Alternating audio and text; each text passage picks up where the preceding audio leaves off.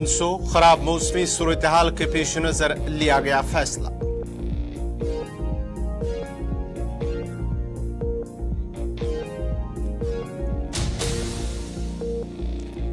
बिल्किस बानो को अदालत उज़्मा से मिली बड़ी राहत। सुप्रीम कोर्ट के फैसले के बाद बिल्किस के मुल्जिमान को वापस जाना पड़ेगा जेल।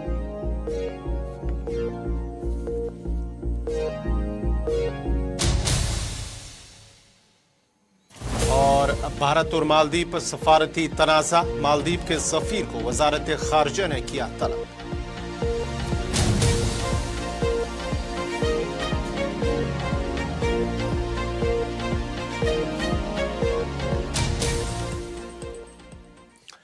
आदाब नाजरीन, आप देख रहे हैं गुलिस्तान न्यूज़। 3:30 बज चुके हैं। बड़ी खबरों के साथ मैं हूं आपका मेजबान गौहर। कुछ और पेश है अब खबरों की तफसील। वजीर दाखिला अमित शाह का कल का जम्मू का दौरा मनसूख कर दिया गया है। जराये का कहना है कि खराब मौसमी सूरत हाल के पेश नजर मरकजी वजीर दाखिला अमित शाह का 9 जनवरी यानी कि कल को वो जम्मू कश्मीर का दौरा मनसूख कर दिया गया है। और दौरे के दौरान अमित शाह वजीर दाखिला जम्मू में विकसित भारत संकल्प यात्रा में शिरकत करने वाले थे और जम्मू शहर में ई बसों समेत 1379 करोड़ रुपए के प्रोजेक्टों का इफ्तिताह करने वाले थे। इसके अलावा अमित शाह 2348 करोड़ रुपए के प्रोजेक्टों का संग बुनियाद भी रखने वाले थे। वजीर दाखिला को जम्मू कश्मीर की सिक्योरिटी और तामीराती तरक्याती मंजरनामे का भी जायजा लेना था। मरकजी वजीर ने पूंछ सेक्टर की डेरा की गली का भी दौरा करना था और इस इलाके में हाल ही में मारे गए शहरियों के अहले खाना से भी मुलाकात करनी थी। ताहम मौजूदा खराब मौसमी हालात और इसकी पेशगोई के पेश नजर प्रोग्राम मनसूख कर दिया गया है।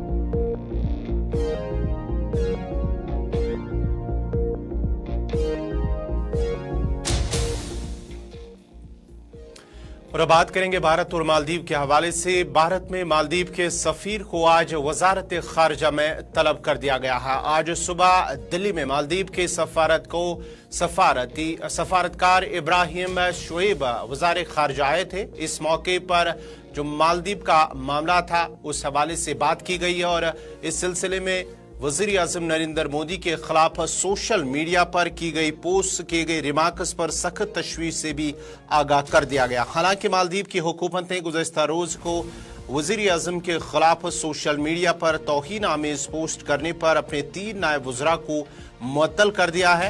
तीनों वज़रा ने पीएम मोदी के लक्षद्वीप के दौरे के बाद एक्स पर मोदी की पोस्ट पर तनकीद की थी। ज़राए का कहना है कि माले में भारतीय हाई कमीशन ने गुज़श्ता रोज को मालदीव की वजारत खारजा के साथ ये मामला सख्ती से उठाया था। वज़रा के तजदील आमेज तबसरों से भारतीय अवाम में भी नाराजगी थी। बहुत सी मशहूर शख्सियात ने एक्स पर लोगों से मालदीव जाने के बजाय घरेलू सयाहती मकामात की सैर करने पर भी जोर दिया है। मालदीव की वजारत खारजा ने कहा है कि हुकूमत गैर मुल्की रहनुमाओं के खिलाफ सोशल मीडिया प्लेटफार्म्स पर तज़हीक आमेज रिमार्क से आगाह है। वजारत खारजा ने इसे मुअत्तल वज़रा के निजी राय करार दिया था। मालदीव के साबिक सदर मोहम्मद नशीद ने मालदीव के सियासतदानों की जानिब से किए गए तज़हीक आमेज तबसरों की भी मजम्मत की और सदर से अपील की कि वो हुकूमत को इन तबसरों से दूर रखे। मालदीव के साबिक वज़ीर खारजा अब्दुल्ला शाहिद ने भी कहा है कि वज़रा के तज़हीक आमेज तबसरे काबिल मजम्मत है।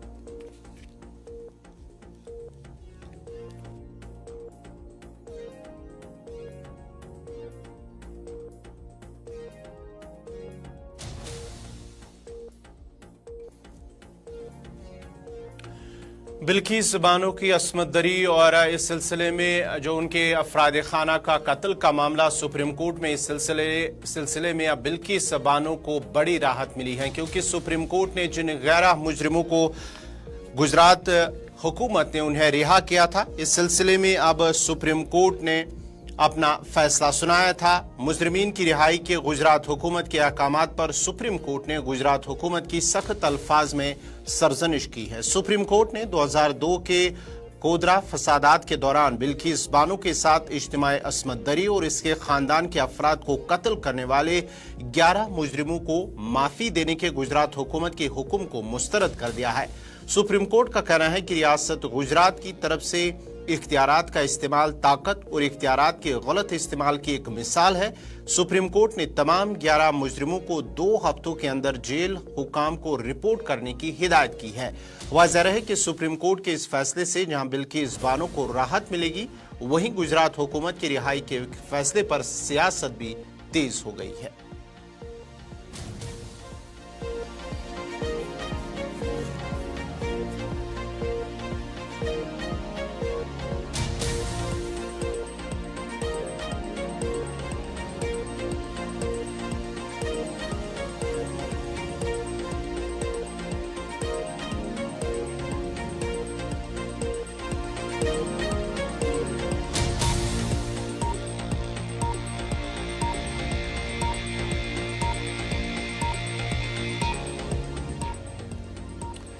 इधर बिल्किस बानो मामले पर AIMI के सदर असदुद्दीन ओवैसी का कहना है कि बिल्किस बानो ने इंसाफ के लिए अपनी जंग खुद लड़ी है। सुप्रीम कोर्ट ने आज कहा है कि रियासत गुजरात ने मुजरिमों के साथ मिलकर काम किया। उन्होंने कहा है कि गुजरात में भाजपा हुकूमत अस्मत दरी करने वालों की मदद करता है।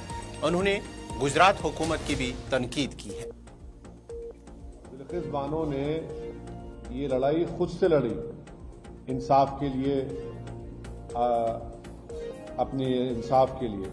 तो जो उस वक्त जो बीजेपी नरेंद्र मोदी मुख्यमंत्री थे, उस जो माहौल था गुजरात में, बड़ा ही खराब माहौल था। तो इसीलिए इस ट्रायल को महाराष्ट्र में शिफ्ट किया गया।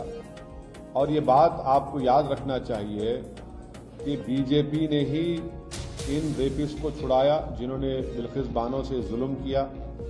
बीजेपी के लोगों ने उनके गलों में गुलाब का हार डाला और इससे बीजेपी की महिलाओं के लिए जो लड़ाई है, जो इंसाफ की बात करती है, वो बीजेपी एक्सपोज हो जाती है। दूसरा पॉइंट उसमें यह है कि आज कोर्ट ने क्या कहा, सुप्रीम कोर्ट ने कहा the state of Gujarat acted in complicit with convicts, यानी स्टेट ऑफ गुजरात खुद इन रेपिस्ट के साथ कॉम्प्लिसिट थी। बुनियादी बात यह बेसिकली ये है कि गुजरात में बीजेपी की सरकार रेपिस्ट की मदद करने का काम कर रही थी। और ये बात आप भी जानते हैं कि उसमें बीजेपी के दो एमएलएज ने ये एंडोर्स किया कि इन रेपिस्ट को छोड़ दिया जाए।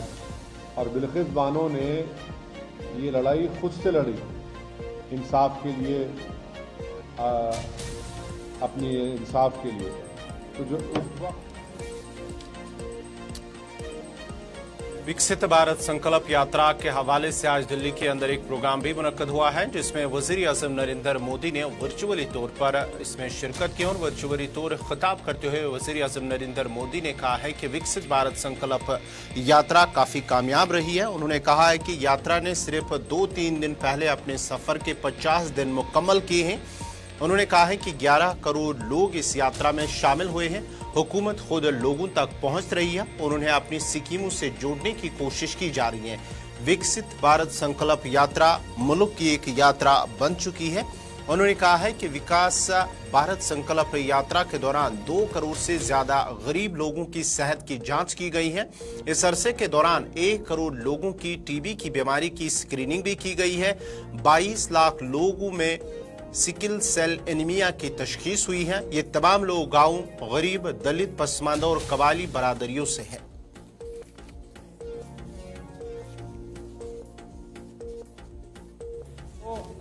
आदरपूर्वक मेरा नमस्कार। 2-3 दिन पहले ही विकसित भारत संकल्प यात्रा ने अपने 50 दिन पूरे किए हैं। इतने कम समय में इस यात्रा से 11 करोड़ लोगों का जुड़ना, ये अपने आप में अभूतपूर्व है। समाज में अंतिम पायदान पर खड़े व्यक्ति तक सरकार खुद पहुंच रही है, उसे अपनी योजनाओं से जोड़ रही है। विकसित भारत संकल्प यात्रा सिर्फ सरकार की नहीं, बल्कि देश की यात्रा बन चुकी है, सपनों की यात्रा बन चुकी है, संकल्पों की यात्रा बन चुकी है, भरोसे की यात्रा बन चुकी है। और इसलिए तो उसे मोदी की गारंटी वाली गाड़ी बड़े भाव से आज देश का हर क्षेत्र, हर परिवार अपने बेहतर भविष्य की उम्मीद के रूप में ये गारंटी वाली गाड़ी देख रहा है। क्यों? विकसित भारत संकल्प यात्रा के दौरान 2 करोड़ से ज्यादा गरीबों के स्वास्थ्य की जांच हुई है। इसी समय में 1 करोड़ लोगों की टीबी की बीमारी की भी जांच हुई है। 22 लाख लोगों की सिकल सेल एनीमिया की जांच हुई है।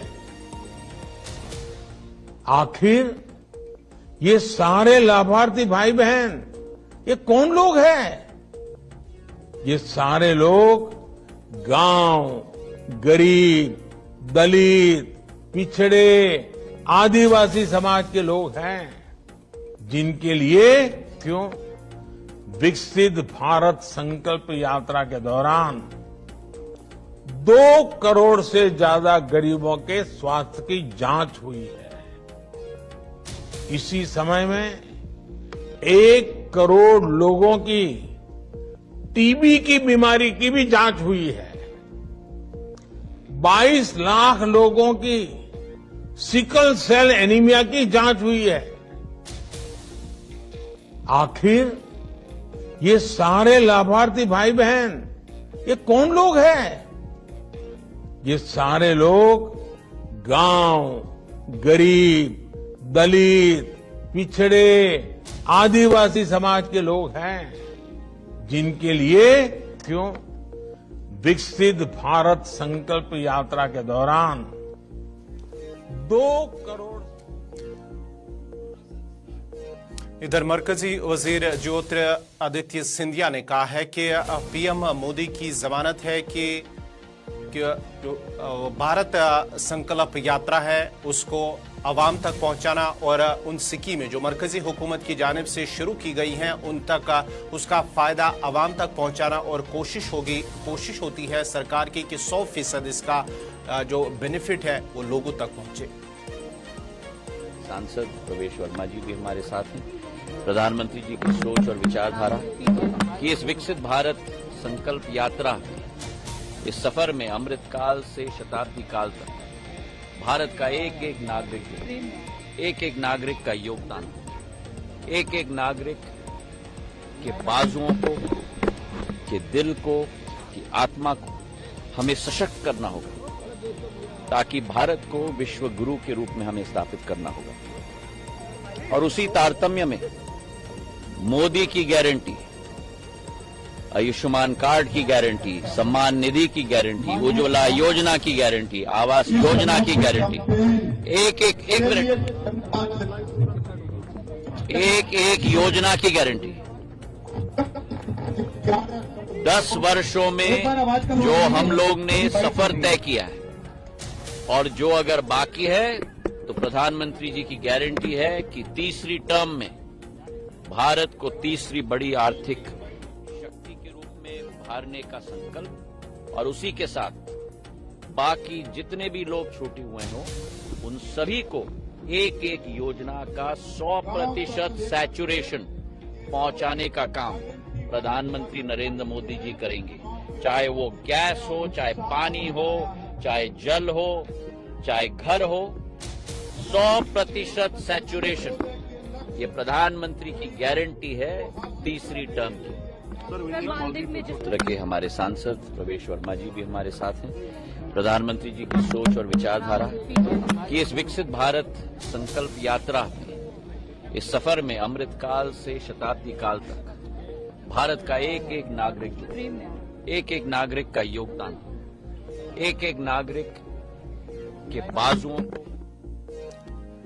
कर्नाटक के साबिक वजीर आला और भारतीय जनता पार्टी के सीनियर लीडर विश्वराज बोम्मई का कहना है कि पार्टी लोकसभा की 28 सीटों के लिए बारात जीतने के लिए कोशिशें कर रही है और इस हवाले से पार्टी की जानिब से, हुकूमत की जानिब से एक हिकमत अमली तैयार की गई है, जिसका काम जोर शोर से जारी है।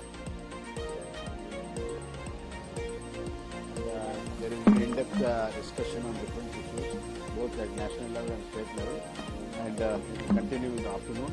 And we strategize the entire plan to win all 28 seats of Lok Sabha, and we are very seriously acting upon it.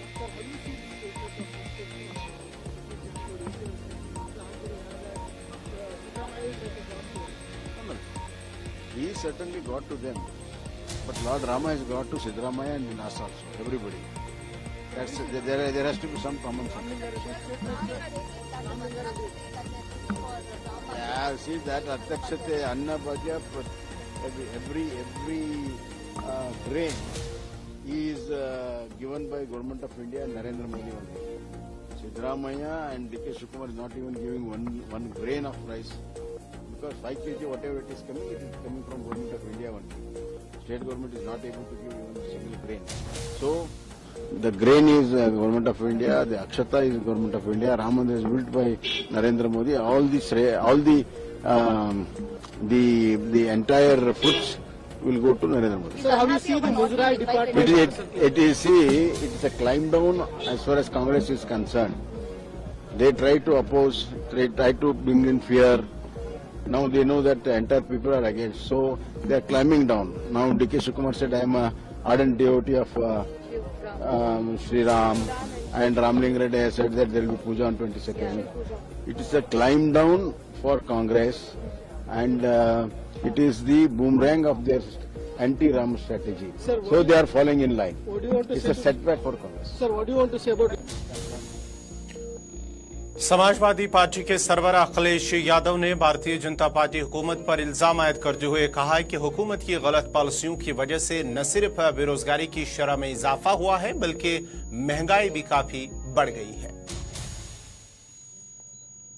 ये लगता है पार्टी जी से सीख ली है कि जैसे जैसे उन्हें मुनाफा अपना कम नहीं करना था, महंगाई बढ़ी, लेकिन उन्होंने मुनाफा बढ़ाने के लिए अपना पैकेट छोटा करते चले गए।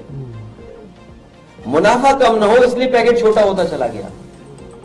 वही सीख लिया भारतीय जनता पार्टी ने। पहले खाद की बोरी में से 5 किलो निकाला, अब सुनने में 5 किलो और निकाल लिया।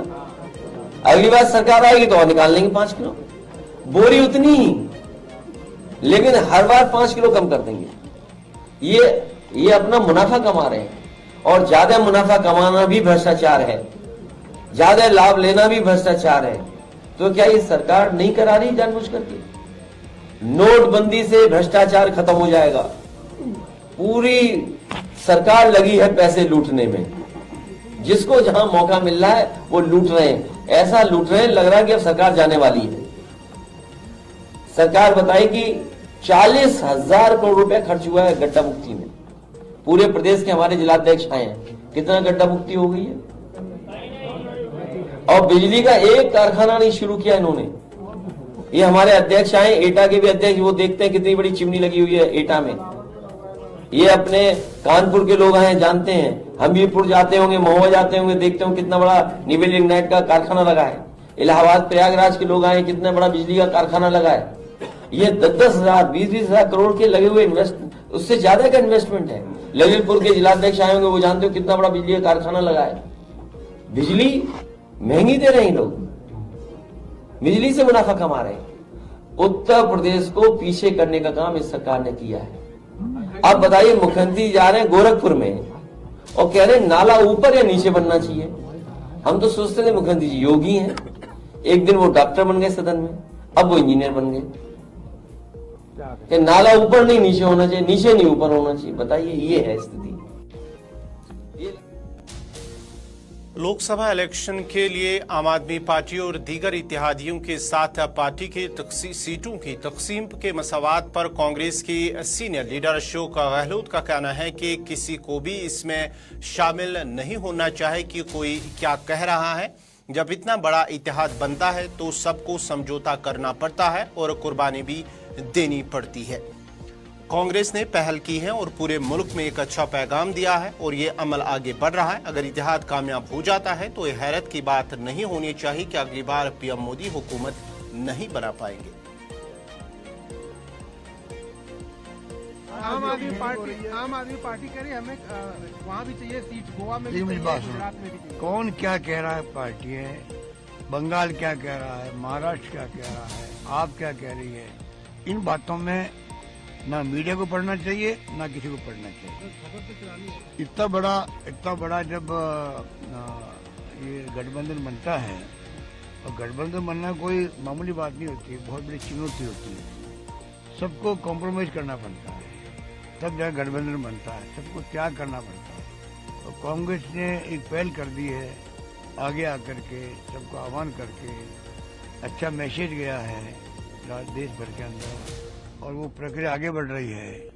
आज दूसरा दिन है जब हम मीटिंग करने जा रहे हैं, तो मैं उम्मीद करता हूँ कि धीरे धीरे कई प्रॉब्लम आएगी हमारे सामने भी आएगी, उन पार्टियों के सामने आएगी, क्योंकि पार्टियों के साथ में वहाँ के जो नेता होते हैं, कार्यकर्ता होते हैं, वो भी कन्विंस होने चाहिए, तभी तो गठबंधन का फायदा मिलेगा।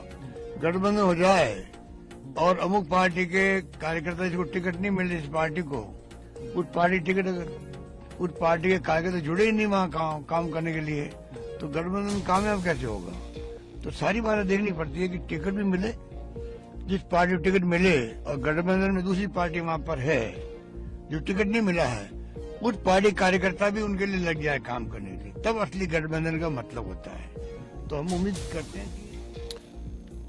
इधर जनता दल यूनाइटेड के रहनुमा केसी त्यागी का कहना है कि बिहार के वजीर आला नीतीश कुमार हिंदुस्तानी इत्तेहाद इंडिया अलायंस के क्रिएटर हैं और इंडिया इत्तेहाद के कन्वीनर के ओहदे से बड़ा है। उन्होंने कहा है कि वो कांग्रेस लीडर निरंजन चौधरी के बयान से मुतफिक नहीं है। उन्होंने कहा है कि बंगाल में चौधरी और उनका बयान बीजेपी की मदद करने वाला है। कांग्रेस रूल्ड स्टेट में या कांग्रेस जहां बड़ी पार्टियों में सब कुछ ठीक है, किसी के साथ कोई सीट शेयरिंग नहीं है, लेकिन जो non Congress non BJP ruled state है या जहां उनकी ताकत ज्यादा है, वहां अनुपात के से अधिक सीटें मांगना कांग्रेस पार्टी का अव्यवहारिक है।